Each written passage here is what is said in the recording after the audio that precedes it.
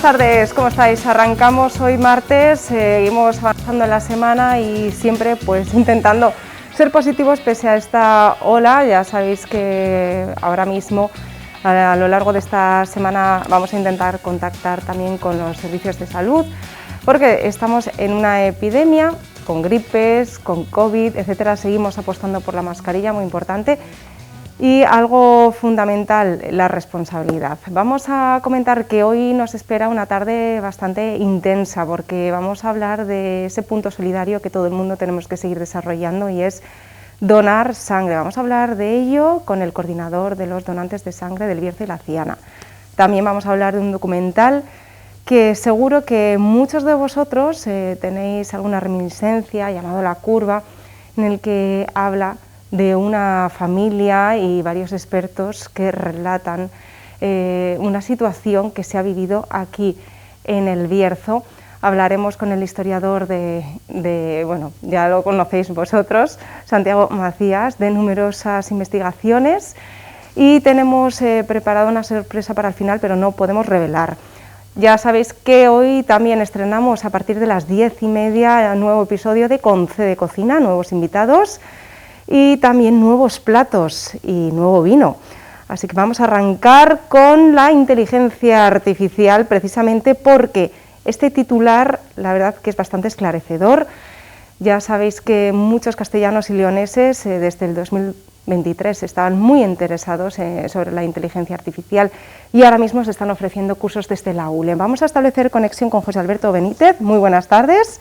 ¿Cómo estás? Buenas tardes, María. Muy buenas tardes. Aquí estamos, bien. Bueno, arrancando el año como podemos, aquí cada uno a nuestra manera. Yo le pido a la inteligencia artificial, que yo creo que todavía eso es bastante complicado, pues que me clonen y yo voy preparando el programa desde casa, claro, por lo menos así y vamos adelantando algo, ¿no? Bueno, ya va quedando poco para eso, ¿eh? Ya queda poco, ¿verdad?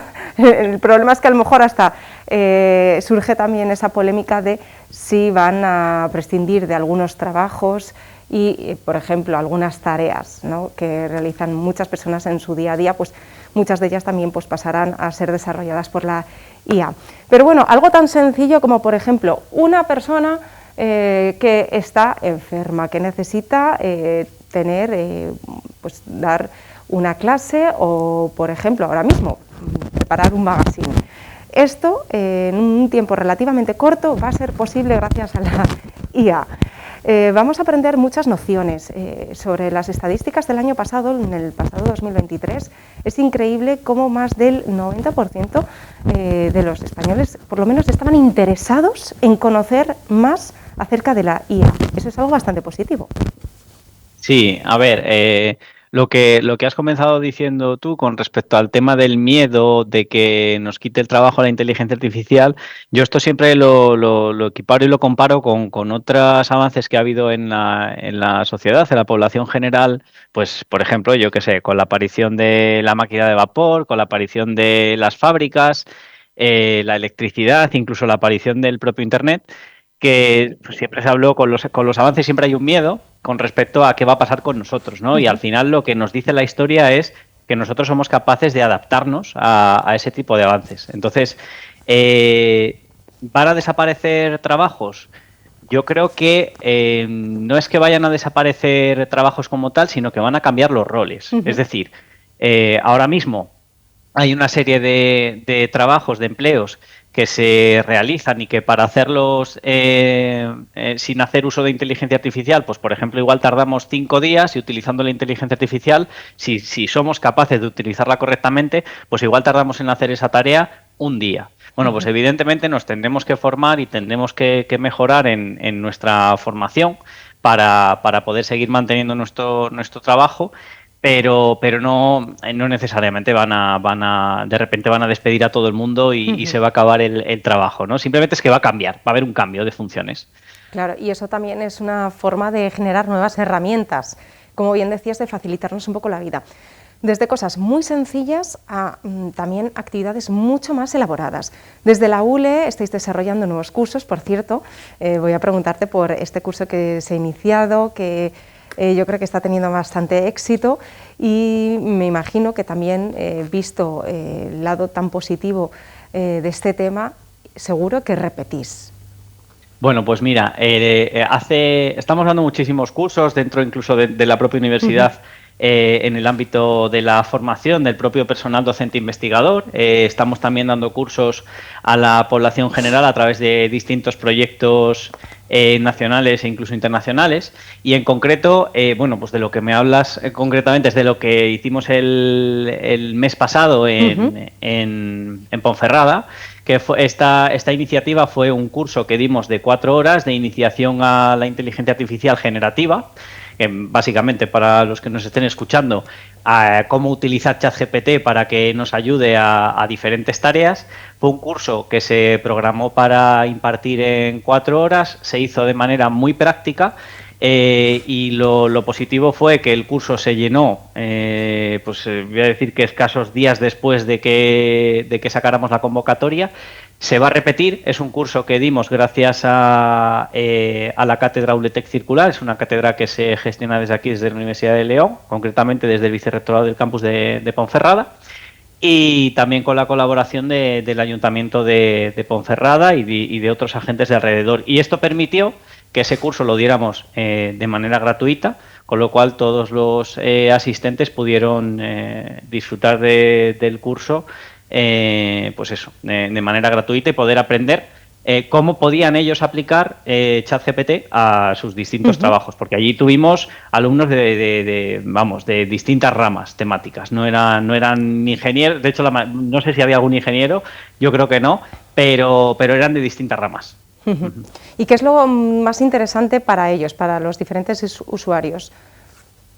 Bueno, pues yo creo que lo más interesante es que vean la capacidad que tiene realmente ChatGPT a nivel general en distintas tareas. Pues yo qué sé, por ejemplo, oye, mira, pues es que resulta que ChatGPT permite que nosotros le pasemos un documento y en base a ese documento le hagamos preguntas y nos conteste, o que incluso nos genere preguntas en base al prompt que nosotros le damos. Y lo más importante y lo que más destaque en ese curso y a lo que más tiempo dedicamos es a cómo hablarle realmente a ChatGPT, claro, que es lo que se llama prompt engineering.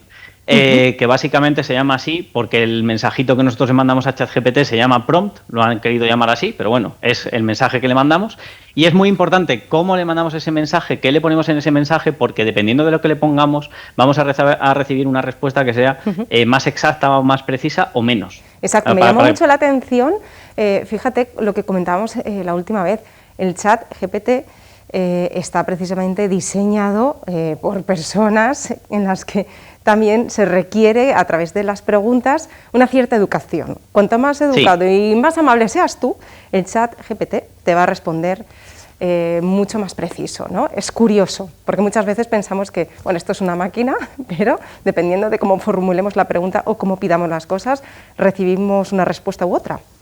Sí, al final, es la inteligencia artificial por sí misma. Quiero decir, se llama inteligencia artificial porque está basada en datos que nosotros le hemos dado, y esos datos están basados en conocimiento nuestro, en emociones nuestras, en sentimientos nuestros, con lo cual, evidentemente, a la máquina le estamos enseñando que cuando alguien te pregunta algo de manera educada, normalmente nosotros solemos responder de forma también más correcta o más completa que si nos hacen una pregunta pues de forma borde o insultándonos o lo que sea, ¿no? Entonces eso también se traslada a esto. Incluso en las últimas semanas he visto algunas pruebas, que todavía no está publicado algo a nivel científico, en el que había algunas personas que lo que probaban era decirle, le hacían la pregunta completa y luego le decían: y además, que sepas que te voy a recompensar con 200 euros. Y entonces resulta que a medida que le ibas aumentando la propina que le ibas a dar, parece ser que respondía de forma más extendida, que ya no es increíble, de forma más correcta, pero por lo menos se extendía más en la respuesta. O sea que podemos sobornar y todo al ChatGPT. Sí. Es divertido. Bueno, vamos a comentar también pues diferentes utilidades y también, por ejemplo, dentro de la ULE, vosotros cada vez estáis utilizándolo más, estáis desarrollando mayores herramientas para facilitaros ciertas tareas. ¿Qué tipo de tareas son las que, por ejemplo, la inteligencia artificial os facilitan dentro del campus, dentro de la universidad? Pues, por ejemplo, como comentaba antes, también estamos dando cursos incluso al personal de aquí de la Universidad de León, tanto al personal docente investigador como al personal técnico de gestión, administración y servicios. Y en ello, evidentemente, nos ayuda pues en las tareas cotidianas de administración, nos ayuda muchísimo a ahorrar tiempo en tareas que, pongo un ejemplo práctico. Antes igual alguna persona quería hacer pues certificados a 100 personas distintas en las que lo que cambian son 4 campos determinados. Bueno, pues básicamente haciendo una plantilla en un documento de texto se pueden dejar una serie de marcadores que luego mediante un script que nosotros hagamos con ChatGPT, pues en cuestión de 3 minutos tienes los certificados de esas 100 personas que las tienes previamente en un Excel bien ordenadas y tal.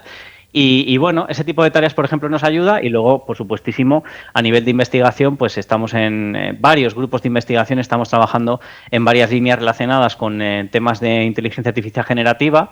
En concreto, en el grupo de investigación donde estoy yo, en Salvis, estamos trabajando con notas clínicas electrónicas del servicio de psiquiatría para estructurar esa información y sacar distintos modelos predictivos que ayuden, al fin y al cabo, a prediagnosticar o a sacar un diagnóstico previo o una detección de posibles intentos de suicidio en la población, por ejemplo. Entonces, bueno, estamos ahí trabajando en distintas líneas. Me parece muy interesante y, como estamos viendo, siempre de una forma enfocada, pues responsable, positiva, podemos encontrar una gran ayuda, porque también hemos visto que se ha generado muchísima polémica, justo pues como hemos empezado el programa, bueno, en tono jocoso, pero es una realidad que hay muchas personas que les preocupa. Por tanto, siempre que haya una legislación, siempre que se regule de esta forma, es algo fantástico, ¿no? Porque al final lo que necesitamos es avanzar. Tenemos muy poco tiempo a lo largo del día, muchas actividades que realizar, y si a través de la inteligencia artificial nos podemos servir para, pues, quizás tener un poquito más de ahorro de horas, de facilitarnos el día a día, bienvenido sea. ¿Cuál sería quizás la siguiente competencia que todavía se estaría aún por desarrollar y que sería de gran ayuda para vosotros? ¿A nivel de inteligencia artificial o...? De inteligencia artificial, sí. Bueno, en general, yo creo que lo más importante ahora mismo, más que competencia, bueno, pues en la inteligencia artificial todavía le queda muchísimo desarrollo, por supuestísimo, y de hecho prueba de ello es que, a ver, ChatGPT, por ejemplo, a medida que nosotros le hacemos preguntas que sean más profundas, más expertas, más dentro de un dominio experto, generalmente ahí falla, ¿no? Entonces, digamos que lo que hay que seguir haciendo es mejorando este tipo de inteligencia artificial y crear modelos que lo que hagan sean resolver de manera específica un problema y que sean expertos en ese problema en concreto. Porque ahora mismo a ChatGPT igual le pasamos, por poner un ejemplo práctico, una radiografía y puede ser que nos diga, pues parece que hay una fractura en el radio y tal, pero puede ser que tenga pequeños fallos porque evidentemente este modelo que está entrenado con muchísimos datos, aunque acierte en un porcentaje muy alto, todavía le queda mucho margen de mejora para resolver este tipo de problemas de manera más específica. Entonces, bueno, queda ahí mucho todavía por hacer. Queda mucho trabajo por hacer, pero también eso es algo apasionante. ¿Qué más talleres tenéis pensados hacer o actividades a lo largo del año? Me imagino que a lo mejor no hay fechas, pero si las hay podemos ir comentando.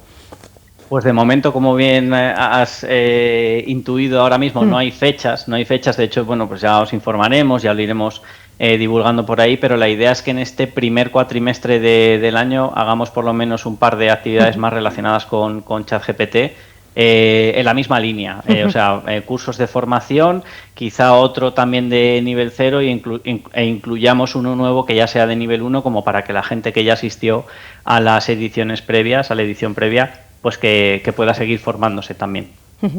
José Alberto, como siempre, muchísimas gracias. Desde aquí, desde la 8 Bierzo, te mandamos un saludo de año nuevo con energía y ojalá que siempre sigamos avanzando un poco pues al ritmo de la tecnología, que muchas veces lo que se queja mucha gente es que se quedan obsoletos, que necesitan seguir reciclándose, y de eso se trata, que sigamos avanzando.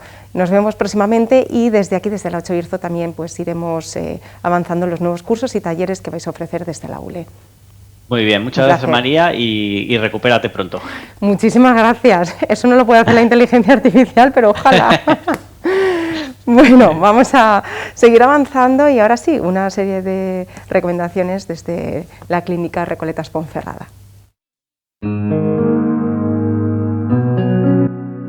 Clínica Ponferrada pone al alcance de la sociedad del Bierzo una ambiciosa e integral oferta sanitaria, los mejores profesionales y la tecnología médica más vanguardista del mercado. Clínica Ponferrada cuenta con un robot Da Vinci, un área quirúrgica totalmente renovada, un nuevo laboratorio 24 horas, un servicio de endoscopias y un instituto oftalmológico, entre otras muchas mejoras. Pida su cita o solicite consulta llamando al 987 42 37 32. Más salud, más Bierzo.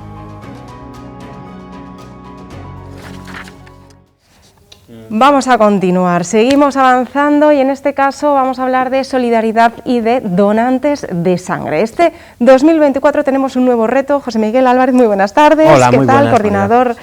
de la Asociación de Donantes de Sangre de Bierzo y La Ciana. Este 2024 nos hemos prometido todos ser más solidarios, cooperar y ayudar. Precisamente pensábamos que de la pandemia íbamos a salir mejores. Y puedo hablar por mí misma, que yo creo que nos hemos vuelto más egoístas y quizás tenemos que refrescar mucho más el tema de ayudar. Así que esto no sea un impedimento porque es algo más que necesario. Cada año vamos hablando de las cifras de donantes y también reclamamos y nos gustaría que hubiera más donantes jóvenes. Es decir, en esta campaña que iniciamos ahora, ojalá, ¿verdad, José Miguel?, tengamos más donantes jóvenes que parece que a finales de este pasado 2023 se iban concienciando.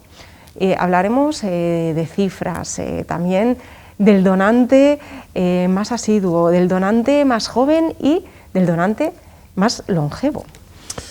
Pues la verdad es que todavía no tenemos datos precisos de las donaciones de 2023, más allá de los términos generales, que sabemos que han sido 4.910 donaciones.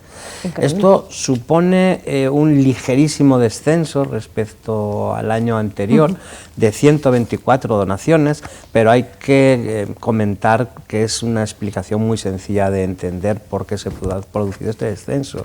No ha sido por una menor intención de los donantes de sangre de donar. Ha habido un número de colectas y de sesiones de donación en el punto fijo del Centro de Salud de Ponferrada 4 en Cuatro Vientos que han hecho que, bueno, pues no se pudiera igualar el récord histórico del año 2022. Pero vamos a por otro. Bien, no, es que se ha donado en mayor proporción. La media de donación ha aumentado. Al haber menos sesiones de donación y solamente tener 124 donaciones menos, quiere decir que la media fue mayor.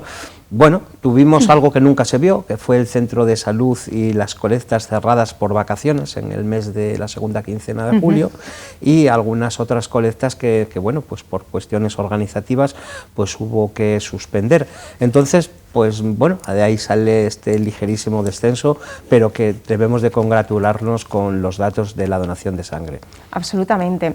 Vamos a recordar a todos los televidentes, a todas las personas que se acaban de incorporar ahora mismo, cómo pueden donar, cómo pueden incluso hacerse voluntarios o también decir que hay gente joven que empezó por casualidad y ahora ya son personas que se han convertido en donantes asiduos. Y hay un dato bastante curioso. ¿Qué hay más, hombres o mujeres? Pues está casi al 50%, casi, ¿no? Al 50%.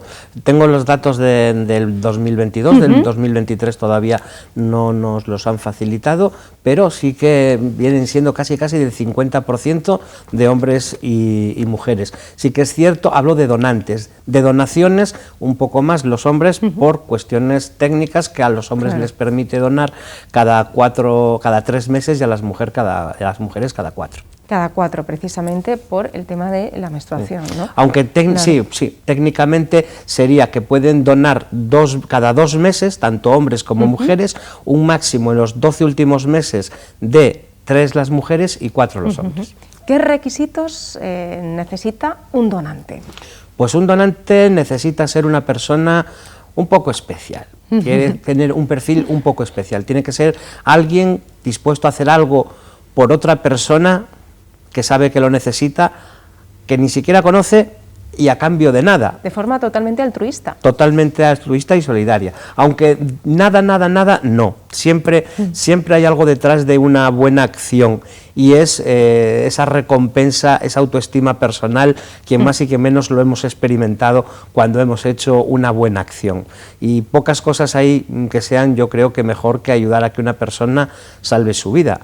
Una o dos, con una simple donación, porque la sangre va para más de una persona, los componentes sanguíneos. Absolutamente, y es más, vamos a recordar los numerosos casos en los que cualquier persona, tú que nos estás viendo, nosotros, podemos necesitar una donación en un momento determinado de nuestra vida, ya sea en un accidente, por desgracia, ¿no? En un parto, también, bueno, pues en una enfermedad. Sí, hay muchos tratamientos oncológicos que requieren de componentes sanguíneos, como la albúmina, el plasma, y también, pues bueno, también los concentrados de Matías, que es a lo que se le llama sangre normalmente. Me pusieron sangre, bueno, pues es un concentrado de Matías al cual se le ha extraído pues el plasma, y del plasma pues se pueden obtener muchos derivados plasmáticos que cada vez se está necesitando más, y se está haciendo mucho hincapié en que se hagan también donaciones de sangre específicas de plasma. De plasma, exacto.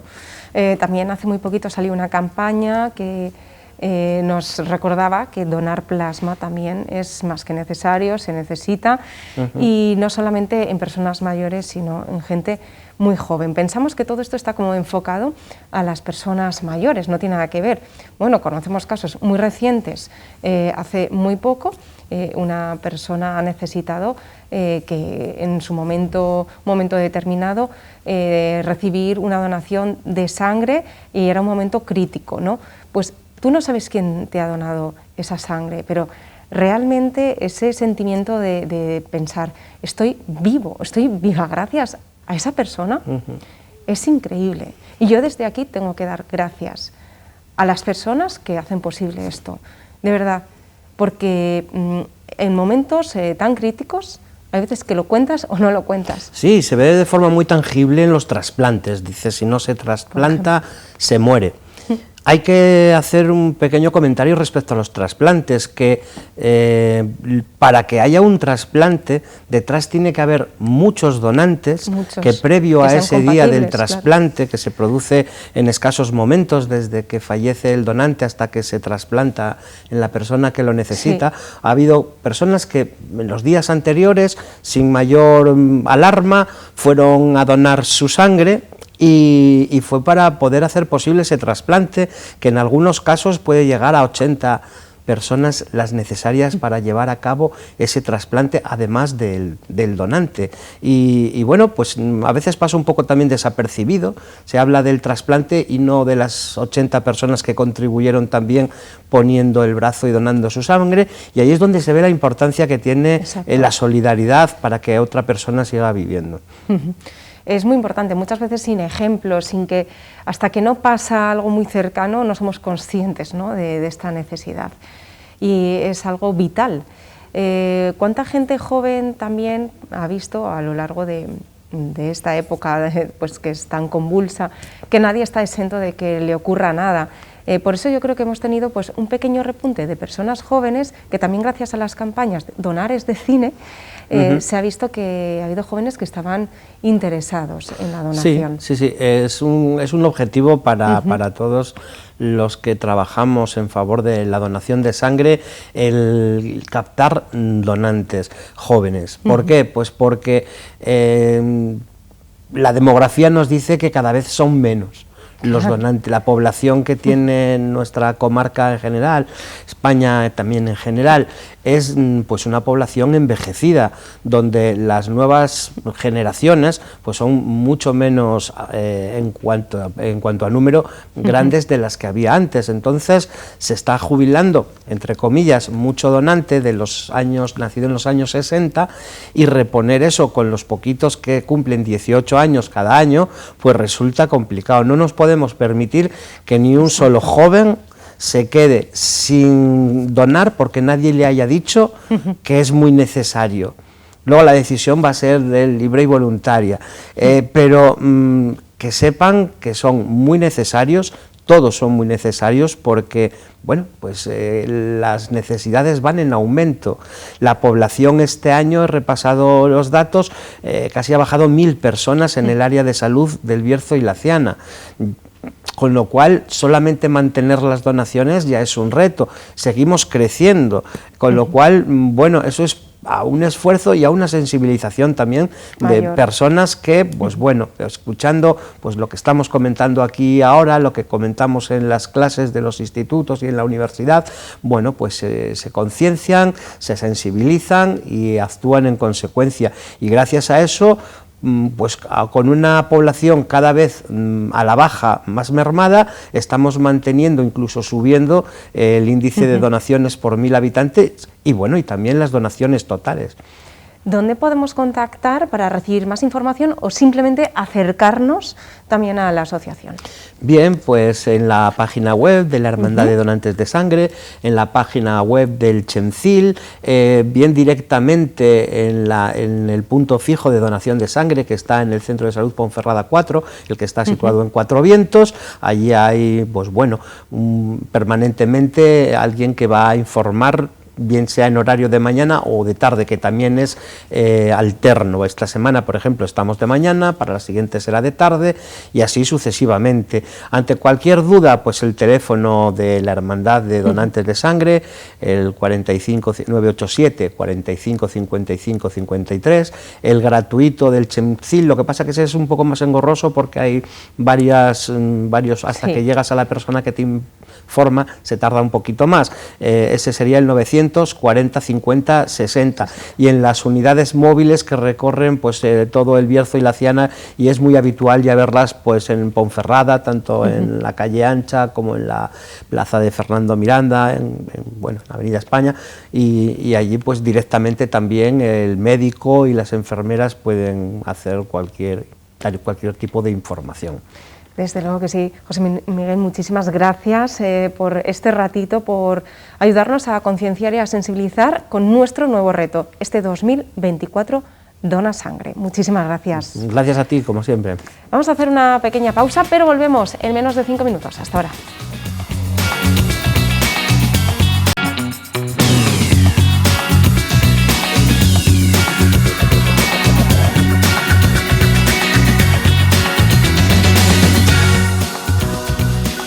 Continuamos, después de esta breve pausa vamos a charlar con el historiador Santiago Macías. Muy buenas tardes, ¿qué tal? ¿Cómo estás? Bienvenido, feliz año, y muy importante arrancar este 2024 siempre siendo conscientes de la memoria histórica. Vamos a hablar de la curva. Podríamos decir que se trata de una especie de cortometraje documental que precisamente habla de esta memoria histórica aquí en el Bierzo. Ha sido documentado precisamente por ti, Santiago, y hoy no nos puede acompañar la autora, que vamos a mandar un saludo a Julia Abad, que aproximadamente en el mes de febrero, a mitad de febrero, podrá estar aquí en A8 Bierzo. Santiago, ha sido un trabajo de documentación ardua, pero Julia, que es una mujer joven que siempre ha estado interesada por la historia, por la verdad, por la realidad de estos hechos, creo que ha estado muy contenta con todas las conversaciones que ha tenido contigo y con otros expertos, y el resultado es más que óptimo, y sobre todo también por el descanso de muchas familias. Mira, yo siempre digo que, bueno, primero feliz año y muchas gracias por invitarme. Yo siempre digo que a mí me toca hacer de correa de transmisión entre lo que a mí me transmitieron los testimonios directos de todo lo que sucedió en esa curva de Magaz y en otros lugares del Bierzo, y esas nuevas generaciones que vienen interesándose por este tema. ¿Por qué me toca esa labor de transmisión? Porque Julia Abad es una chica muy jovencita que probablemente no ha llegado a tiempo para conocer a aquellas personas que biológicamente, bueno, pues tienen 90 y tantos años o más de 100 años, claro, incluso. Estamos hablando de 1936, exactamente, ¿no? que ya no están vivas, claro, ¿no? Yo a todas esas personas sí que las pude conocer, a muchísimas personas, pues hace unos 25 años que yo empecé a investigar sobre este tema, y mucha gente en aquel momento vivía para contarlo, ¿no? Entonces a mí me veo en esa obligación muchas veces, ¿no?, de hacer de correa de transmisión entre aquella memoria y esta nueva búsqueda de la verdad, ¿no? y para sobre poder todo documentarla, alcanzar la paz, de hecho. ¿no? Por Sí. muchas familias, que se Sí. trata de eso. No es el momento en el que quizás mucha gente pregunta, bueno, ¿y por qué hablar de esto ahora? Porque hay muchas personas que simplemente necesitan esto para rendir homenaje a la paz entre familiares, incluso pues de diferentes bandos, ¿no? Porque al fin y al cabo todo evoluciona, pero es necesario conocer la verdad. Yo no creo que nadie en este país le diga a una víctima de otro tipo de violencias, como por ejemplo más reciente, la violencia de ETA, del terrorismo de ETA, que sea capaz alguien de decirle a una víctima de ETA que se calle y que deje el tema, ¿no? Es que me parecería una barbaridad. Todo eso nos lo tenemos que aplicar a todas las otras víctimas que ha habido a lo largo de la historia más reciente, gente que todavía está viva y gente que todavía arrastra esas consecuencias. Perder a un padre, perder a un hermano, perder a un ser querido es muy terrible, ¿no?, en cualquier circunstancia que sea, ¿no? Entonces, para mí ese debate no existe, ¿no? Ahora bien, a mí me gusta transmitir, como te decía antes, pues todo ese contexto que yo conozco y toda esa investigación que yo hice, y en el caso de Julia además con mucha más ilusión si cabe, porque es una chica muy joven que está haciendo un trabajo de fin de carrera, está estudiando en Madrid, por eso hoy no puede estar aquí, y me pareció fantástico. Y es que además no solamente me pareció genial ayudar a una chica tan joven, sino que además el día del estreno de este documental, por cierto, en un espacio precioso que es la capilla de Magaz, que está desacralizada y la utilizan para actos culturales, había muchísima gente joven, o sea, es que muchísima, me hizo una ilusión tremenda porque allí estaban todos los amigos de Julia, gente que conoce a Julia muy jovencitos, y de hecho creo que cuando acabó el primer pase, que había muchísima gente, hicieron otra especie de segundo pase para aquella gente más joven que le había dejado el sitio a la gente mayor al principio, ¿no? Entonces, bueno, partiendo de esa base, a mí me pareció muy interesante, ¿no?, y además muy necesario aportar toda esa documentación. Luego, bueno, si quieres hablamos un poquito de cómo ha sido esta investigación durante años, porque ha sido también, bueno, pues atar muchos cabos para conseguir trazar una lista. Es algo muy importante, ¿no? Al fin y al cabo, a lo largo de los años uno va atando cabos a través de investigación, a través de familiares, incluso también de una documentación que no ha sido fácil porque no había nada escrito. Sí, mira, los represaliados, creo que aquí lo he dicho más de una ocasión, no solamente son desaparecidos físicos, son desaparecidos documentalmente.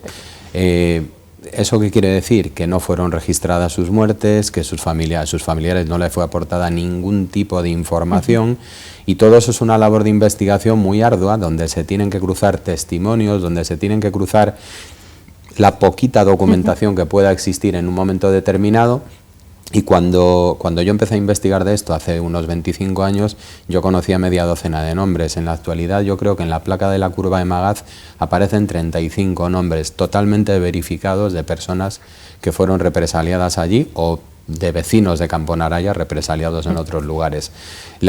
Toda esta idea parte hace años de la intención del Ayuntamiento de Campo Naraya, de algún grupo político del Ayuntamiento de Campo Naraya, de hacer un acto institucional, de los poquitos actos que se celebran hoy en día en España institucionales de homenaje a las víctimas del franquismo, y ese es el primer domingo de cada mes de septiembre. Se ha celebrado 3 veces, si no recuerdo mal, y en la necesidad de celebrar ese acto y a la hora de rendir homenaje allí, se consiguió que el lugar, el Ministerio de Fomento cediese un lugar de la curva de Magaz para colocar simbólicamente allí un monumento, y yo aporté en aquel momento la lista de los 35 nombres que yo conocía. A partir de ahí es cuando se empiezan a celebrar los actos, y cuando Julia Abad, que desciende de Magaz, pues también de alguna manera quiere hacer por un lado, esa curiosidad que le había despertado, por otro lado, homenajear a personas que ella sí que había conocido en algunos casos, ¿no? Y sobre todo por un lugar tan simbólico por donde hemos pasado todas las personas que vivimos en el Bierzo muchas veces. Claro, y cómo se llega precisamente, ¿no?, a ese lugar concreto, porque las primeras elucubraciones indicaban un poquito más atrás, ¿no? Entonces, ¿cómo poder llegar a esa precisión? A ver, la curva de Magaz es un lugar que eligen los verdugos, no sé qué rara, no sé qué rara decisión tomaban para escoger los lugares. Yo me imagino que era de alguna manera el cambio de una jurisdicción a otra, como para hacer perder en un limbo legal, entre comillas, aquellos asesinatos. El caso es que en el ámbito de la curva de Magaz, un poco antes y un poco después, se llevaron a cabo todos esos asesinatos. No hay un lugar concreto, bueno, hay muchos lugares concretos, porque de hecho se exhumaron algunos cuerpos hace unos años, si no recuerdo mal, la primera exhumación que se llevó a cabo allí fue en el año 2008, yo estuve al mando de aquel grupo de voluntarios que estuvimos allí trabajando, y a partir de ese momento se descubrieron muchos más lugares, ¿no? Por eso digo que en una distancia aproximadamente de 1,5 kilómetros hay muchos puntos negros, si se puede decir, en esa geografía del terror que alguien le dio por elegir, para el que alguien le dio por elegir a Magaz, ¿no? Entonces, bueno, se determinó que en ese punto de la curva se podía colocar un monolito, bueno, pues porque creo que estratégicamente está muy bien, y porque además hay una delta allí entre una encrucijada de dos carreteras que se presta bastante a, bueno, pues a aparcar coches en esos días donde se pueden celebrar ese acto de reconocimiento. 24 personas, ¿verdad? Sí, allí 24 personas y 11 más del municipio de Camponarella, que también se quisieron homenajear, y esos 24 más 11 forman la lista de 35, que además los nombres y los apellidos están allí. Creo que al mismo tiempo, a lo largo de estos años has hecho un papel complicado, pero al mismo tiempo muy bonito, ¿no? Que es poder devolver quizás la paz a muchas familias, a personas que habían perdido incluso la esperanza de saber, porque muchas veces el ser humano lo necesita, es decir, dónde, qué ocurrió, y también saber precisamente para poder descansar. Nuestra mente, nuestro corazón necesita descansar. Yo creo que es un acto de justicia, o sea, eso no puede suceder. Claro, y sea quien sea, porque aquí estamos hablando, da igual el bando, pero precisamente estamos hablando de esto. De seres humanos, y estamos hablando de los sentimientos de los seres humanos, que van independientemente con el color político de cada uno. Es cierto que en la guerra de España, en la guerra de 1936, se produjeron muchísimos sucesos que no se tenían que haber producido, pero también es cierto que durante 40 años de dictadura se investigó solamente una parte, ¿no? Con lo cual la otra parte ha quedado sin investigar, y yo creo que humanamente tienen el mismo derecho exactamente que el resto de víctimas, ¿no? Con lo cual, independientemente ya de ese matiz, yo creo que es muy importante el que las personas sepamos. ¿Cómo no vamos a saber lo que ha sucedido con nuestras familias? ¿En qué cabeza cabe? ¿En qué cabeza normalmente amueblada puede caber algo así, ¿no? Y ya por último decir que yo creo que hacer este tipo de cosas, cualquier cosa que puedas hacer por los demás, yo creo que es muy gratificante, o sea, independientemente de que estemos hablando de este tema de desaparecidos, que es un tema que toca en la sensibilidad, en lo más profundo de la sensibilidad del ser humano, ¿no? Pero que independientemente a eso, yo creo que no cuesta nada hacer cosas por los demás, ¿no? Yo creo que, no sé si hay algo más gratificante que eso, ¿no? Absolutamente. Sí. Esperamos que a mitad de febrero pueda venir y acompañarnos Julia Abad, que es más que bienvenida, y felicitaros a los dos por esa labor, a ti de investigación y documentación, y a Julia por esa sensibilidad de desarrollar este proyecto. Seguimos avanzando y seguiremos hablando de la historia, porque es muy importante recordar la historia, en muchos casos para no repetirla, y en otros para seguir avanzando de forma positiva. Vamos también con otro tema que estamos ahí cocinando entre fogones, algo único, con dos personajes bastante interesantes, seguro que os suenan. Con C de Cocina arranca hoy a partir de las 10:30 de la noche. Vamos a ver las primeras imágenes y ahora me decís qué os parece que Gerardo Álvarez Courel esté ante los fogones en compañía de Isabel, su mujer, que yo sé que hacen buen tándem con mi compañero Miguel Ángel Blanco. De mi abuela de Bembibre, el cocido. El cocido en el que normalmente los días de Reyes o de Año Nuevo que íbamos allí a comer, se hacía el cocido, ese cocido que estaba toda la mañana haciéndose en la cocina de leña, y que cuando te ponías a comerlo después de llevar toda la mañana haciéndose, tenía un sabor especial. Ese sabor especial, además recuerdo también, pues eso, hacer cocido o botillo. Mi abuela siempre dejaba, que era curioso, porque ahora hay menos en los botillos, pero de aquella en el botillo, por lo menos en casa de mis abuelos, se ponían trocitos de la lengua del cerdo. Entonces cuando aparecía por allí algo de tal, siempre mi abuela tenía esa cosa de la lengua del cerdo. Hoy nos hemos acercado hasta la Ciuden y vamos a conocer su laboratorio, vamos a ver cómo trabajan y quiénes han venido a visitarlos.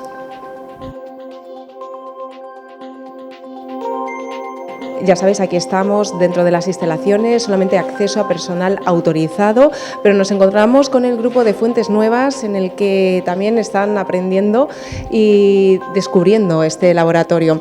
Vamos a hablar con el profesor. ¿Qué tal? ¿Cómo estás? Hola, buenos días, ¿cómo estáis? Bueno, ¿qué habéis descubierto hoy? ¿Qué nociones estáis aprendiendo? Creo que es muy interesante también para estos chicos que conozcan un poquito más en profundidad y que apliquen esos conocimientos en la práctica. Hemos visto dos métodos de análisis diferentes que son aplicables en el ciclo formativo que se imparte de Laboratorio de Análisis y de Control de Calidad. Y bueno, pues intentar que los conocimientos teóricos que se adquieren en el instituto vean que son aplicables en empresas, en este caso en la Ciuden, que amablemente nos han recibido. Además, cerquita de casa, nunca mejor dicho. Sí, cerquita de casa, es lo que intentamos, que formar personal cualificado para que la industria del Bierzo pueda surtirse de personal del propio Bierzo. ¿Qué es lo más interesante que habéis aprendido y qué es lo que más os ha llamado la atención? Pues yo diría que lo de la difracción de rayos X, sobre todo para encontrar los minerales de los que están hechos pues las muestras. ¿Qué es lo que te ha llamado la atención? Pues yo ya hice aquí las prácticas del grado medio y a mí lo que más me gusta es el análisis de aguas, por ello lo que más me ha gustado es la cromatografía, donde se analizan aniones y cationes en muestras líquidas.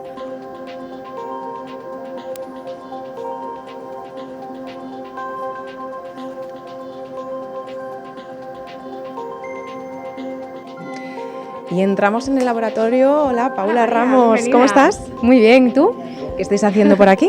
Pues mira, hoy tenemos una jornada de formación con los chicos del Instituto de Fuentes Nuevas para que vean un poquito el día a día de lo que es un laboratorio pues real, ¿no? No solo la teoría que les explican en clase. Y hoy tenemos en concreto unas muestras de análisis de agua. Entonces están practicando pues en qué consisten todos esos análisis, la preparación de la muestra y que vean un poquito pues eso, el manejo y la operación de los equipos.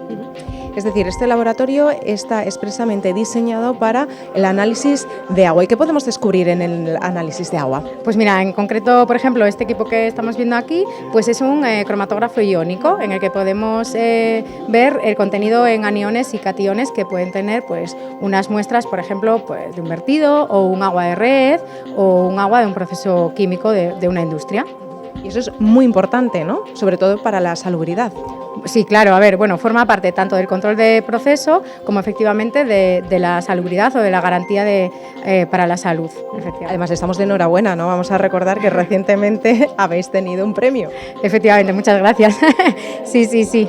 Bueno, tenemos el sistema de gestión de la calidad del laboratorio pues certificado, así que eso nos hace tener garantías, ¿no? de nuestro trabajo y de la calidad del mismo. Paula, enséñanos todo el laboratorio, qué tipo de utensilios estáis utilizando y luego pues la utilidad de cada uno de ellos, ¿no? Y ahora ya vamos a la práctica, que eso es lo que más nos gusta. Vale, pues mira, bueno, en esta sala la verdad que tenemos un mix, ¿no? Un poco de todo.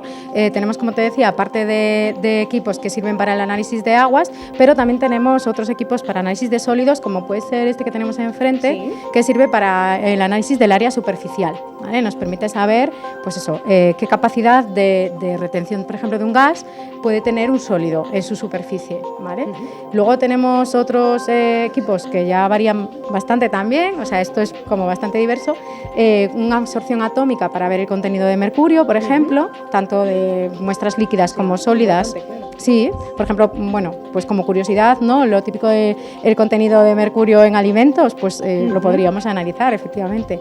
Y pues un permeámetro al gas, por ejemplo, para ver la capacidad que tiene un sólido de permear, de hacer pasar pues un gas. ¿Vale? ¿Y ellos qué están haciendo ahora mismo? Pues mira, ellos están haciendo una parte inicial de, por así decir, seguridades y control sobre una muestra antes de introducirla al cromatógrafo iónico. En este caso están comprobando que tanto el pH como la conductividad están dentro de los límites de esos rangos de trabajo del cromatógrafo iónico, que sería lo primero que hacemos cuando una muestra desconocida pues llega al laboratorio.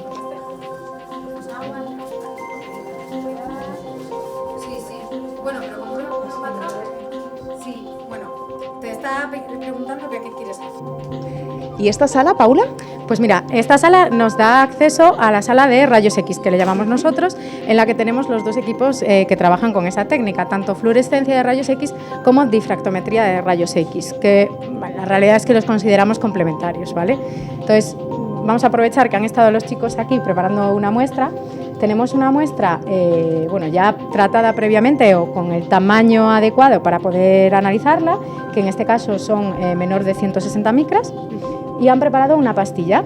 Esta pastilla está ya el material perfectamente homogeneizado y bueno, pues en el modo con la presión correcta para poder llevarla a análisis. ¿Y dónde llevaríamos esta pastilla a los análisis? Pues mira, en esta pastilla la podríamos introducir en los equipos de fluorescencia de rayos X, que sería este que vemos aquí, que nos daría la composición, nos ayuda, eso es, a conocer la composición elemental de esa muestra, es decir, pues el contenido en carbono, en sodio, en potasio, un poco lo que tenga, ¿no? Lo que contenga.